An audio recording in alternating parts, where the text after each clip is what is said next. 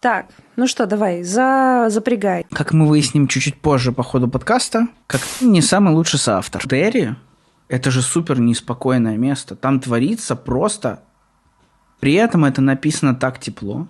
Так и уютно. Такой, да, и хочу поехать. Как будто ты сам с этим боролся, и тебе хочется уже лечь в теплую постельку после горячего душа, попить чай и сказать себе: все хорошо, это закончилось. Там описывается некая сущность, которая создала черепаху и оно. В виде гномика. В виде гномика. Знаешь, бывают такие спойлеры, когда ты думаешь: ого, это самый главный спойлер, а как к нему подошло? Я книги не читаю в принципе.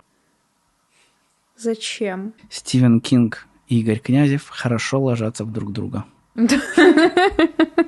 Лучше и не скажешь. Поэтому Абсолютно. смотреть всем до конца, А потом читать. а потом читать.